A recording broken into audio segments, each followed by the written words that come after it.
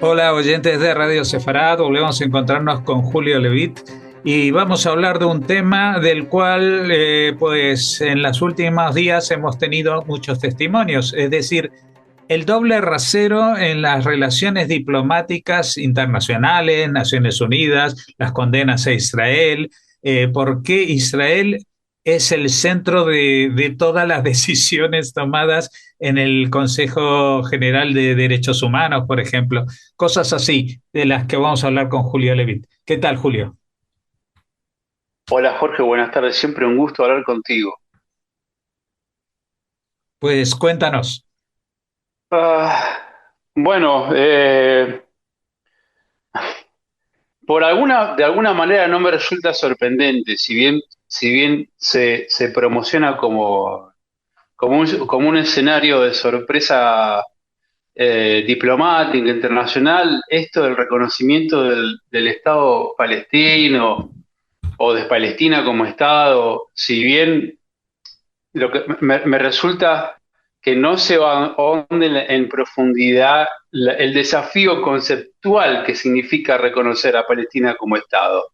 Todos estos anuncios recientes de España, Reino Unido, acompañado también, creo que por Portugal, otros países que reconocen a un Estado palestino, que este reconocimiento juega a ser una suerte de proclama de valentía, de conciencia colectiva, pero en realidad lo que es, no es otra cosa que un exposé de todas unas juxtaposiciones de cobardías políticas y básicamente es el colapso de la integridad intelectual de Occidente. El reconocimiento de Palestina no es, se pinta como si fuese un avance moral, y lo que en realidad es un absurdo completo conceptual y además es una traición histórica. ¿Y por qué digo que es una traición histórica?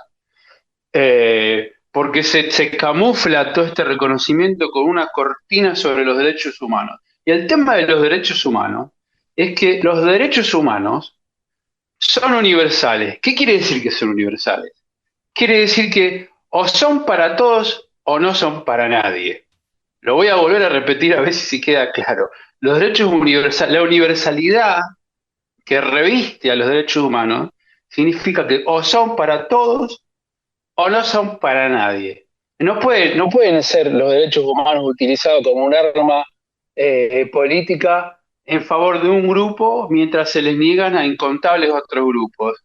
Pero, sin embargo, es precisamente esto lo que está sucediendo. El reconocimiento de Palestina, a mi criterio, lo que hace es, digamos, al elevar la reivindicación nacional de un grupo por encima de todos los demás, de justicia nada. Es un escenario de convivencia política. Podemos echar a los kurdos, por ejemplo, que son 30 millones de kurdos. Están entre Turquía, viven entre Turquía e Irak, entre Irán, entre Siria, y de paso, es el grupo étnico nacional más grande del mundo sin un Estado. Y los kurdos han luchado por un Estado, han sangrado, han muerto por un Estado hace mucho tiempo. ¿Dónde está el reconocimiento de Kurdistán?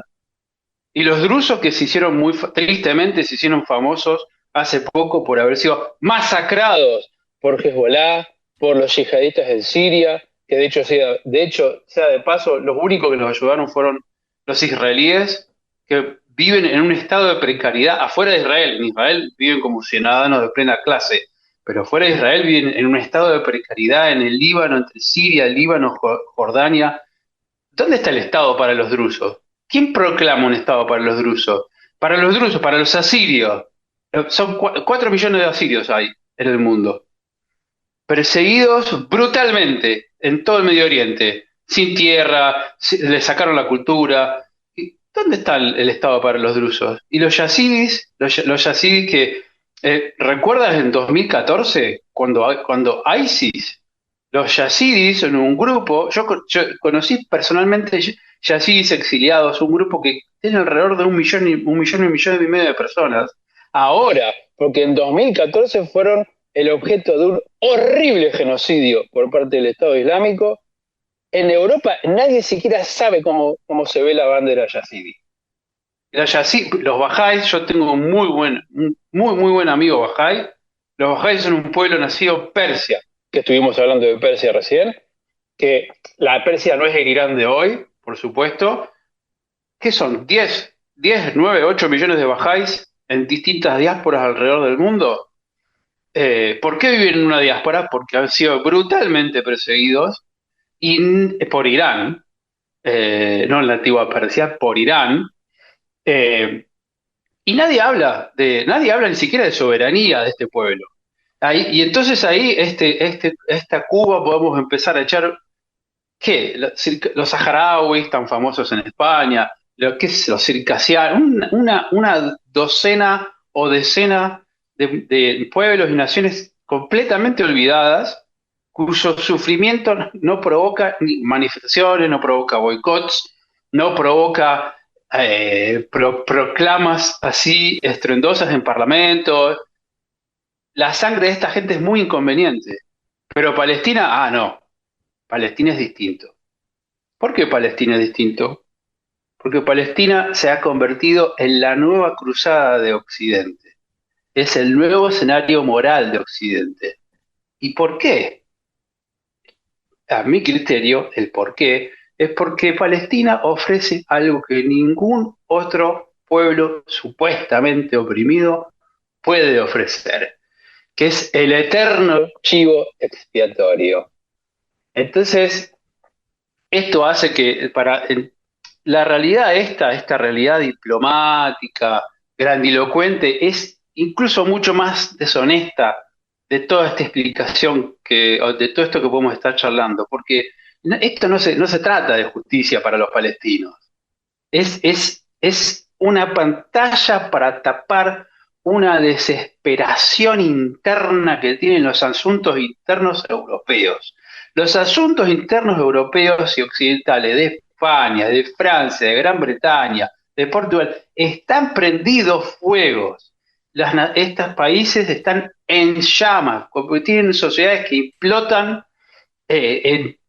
con un cóctel de crisis económica, de crisis de vivienda, de migración descontrolada, de colapso de la seguridad pública y un malestar generalizado social sumado a una influencia cada vez más del Islam radical y de la extrema izquierda. Entonces, el reconocimiento de Palestina como cruzada no es qué mejor manera de pacificar todo esto con tirar a Israel a la pira de fuego, ¿no? Entonces lo que yo traigo a colación es que toda esta cruzada diplomática no es otra cosa que el truco más antiguo de la historia. Cuando la casa está en llamas, se busca el chivo expiatorio. Y en Europa, el chivo expiatorio, ¿quién es? El judío. Entonces, el reconocimiento de Palestina no es, no es un logro diplomático, se pinta como logro diplomático, pero en realidad es una política de apaciguamiento, es una política de apaciguamiento a las turbas furiosas que ondean símbolos en lenguas extranjeras y que ondean banderas extranjeras. Lo que yo digo es que si en tu país ondean más banderas de un país que no existe en lugar de las banderas de tu propio país, es porque hay algo que anda muy mal en tu país. Si los periódicos de todos los días de tu país, los judíos son la primera plana, es porque hay algo muy mal en tu país. A mí me parece que es un signo, es una advertencia. Porque, Jorge, pensá esto. Eh, la guerra en Gaza, el supuesto genocidio en Gaza, la cruzada diplomática contra Israel, la cruzada mediática contra Israel, es lo mejor que le pudo haber pasado en la vida a alguien como Putin. La guerra entre Rusia y Ucrania tiene un número de bajas, eh, pero por órdenes de magnitud mucho más superior a todas las bajas combinadas de todo el conflicto palestino-israelí a lo largo de toda la historia. Sin embargo, para España, para países como Gran Bretaña, como Francia y grandes porciones de Occidente, es la catarsis perfecta. No cuesta nada. Los pobres ucranianos están aprendiendo a las malas lo que los judíos siempre hemos sabido, que el sufrimiento, nuestro sufrimiento, el sufrimiento de ahora por los pobres ucranianos, eh, no es suficiente para captar la atención del mundo cuando existe siempre la posibilidad de echar a Israel, echar a los judíos a la llama. Este es básicamente el escenario de hipocresía que yo vengo a denunciar, que no hay nada no hay nada de justo en el reconocimiento de un Estado que no existe de Palestina, porque no es un acto de cobardía, el acto de rendición, es un acto de distracción, es recompensar a quienes no lograron destruir Israel con la violencia, con legitimidad internacional. ¿Qué dice todo esto? ¿Qué significa esto? Entonces, ¿qué le estamos, qué Occidente le está diciendo a toda esta gente olvidada, a estos nadies, a los kurdos, a los drusos, a los asirios, a los saharauis, a todos los pueblos que luchan por su autodeterminación, que que no importan en tanto y en cuanto no puedan culpar a los judíos? Esta es la obscenidad que yo vengo a denunciar aquí. Sí, es realmente lo has definido muy bien y aparte en todo este clima, pues lo que llama también la atención, por lo menos a mí, es que estas manifestaciones que hemos visto recorriendo Europa con las banderas, eh, pues ni siquiera tú decías que no son las banderas nacionales, que son las banderas de Palestina. Pero las banderas de Palestina no son las banderas de que ondean en Gaza. Ese es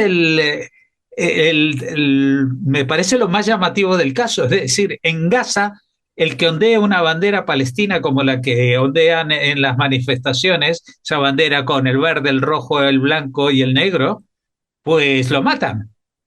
Porque eso significa no rendirse a las premisas del grupo que es Hamas, que tiene banderas verdes, que no son las que aparecen en las manifestaciones, con una inscripción en letras árabes en blanco, que se parece mucho a las banderas negras con inscripciones árabes en blanco del Estado Islámico, también conocido como Daesh.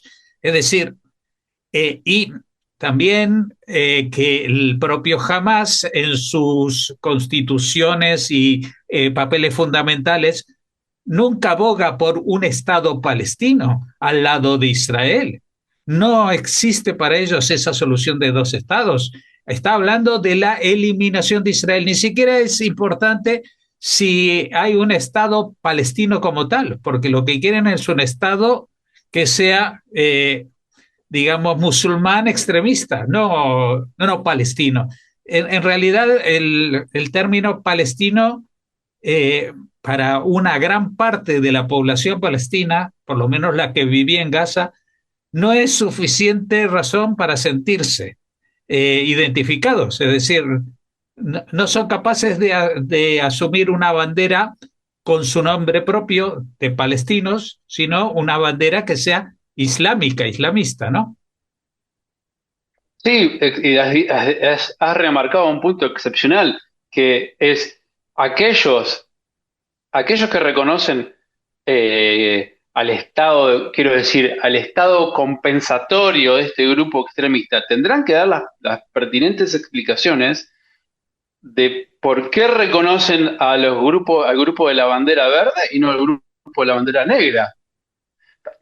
Quiero decir, quiero decir, tendrán que dar cuentas de por qué hay legitimidad para Hamas y no legitimidad para Hezbollah o para ISIS o para Boko Haram, que tienen proclamas idénticas, que tienen reclamaciones idénticas, que tienen que tienen los mismos objetivos. Entonces ahí es donde yo recalco la verdadera obscenidad de todo esto, porque se juega con la grandilocuencia de los derechos humanos. Y los derechos humanos, de nuevo, los derechos humanos son o para todos o no son para nadie. Y hoy no son para nadie, porque son un arma, han sido reducidos a una prostitución, a un arma política. El reconocimiento de Palestina no es otra cosa que el triunfo de la hipocresía. Eh, de vuelta, es una tapadera de todas las deficiencias, de todos los incendios que hay en las democracias occidentales, que en vez de ser defensora de principios, se presentan como estados vacíos, débiles, que no pueden afrontar sus propias crisis, eh, que los fracasos hacen que estén ansiosos por de vuelta meter a los judíos en el tren y sacrificarlos con tal de apaciguar la tormenta que hay en casa. Ujú. Entonces, a mi criterio, la pregunta no es si Palestina merece o no el reconocimiento. La pregunta es si Occidente todavía se puede llamar así civilización, en tanto en cuanto sus principios se vendan por un precio tan barato que la moralidad se corrompa tan fácilmente y que el chivo expiatorio sea tan predecible. Es tan predecible. Eh, el hecho de elegir al judío como chivo expiatorio eh, hace que Europa y Occidente se reduzca de vuelta, se reduzca a sí misma. Sí, Eh, y lo paradójico del caso es que nosotros conocemos de 2000 años el papel del judío errante, que no, que es el chivo expiatorio por esa falta de territorialidad. Pero ahora, con una territorialidad como es la de Israel, pues sigue siendo el chivo expiatorio. Y el eco de eso también llega a todas las comunidades judías. Aquí en España, por ejemplo, los chicos ya no pueden ir por la calle con una estrella de David en una cadena si se les ve. Aquí, como hay muy pocos judíos ortodoxos que vayan con la kipá por la calle, pues los que lo son, pues van tapados con una gorra de béisbol, como para que no los identifiquen.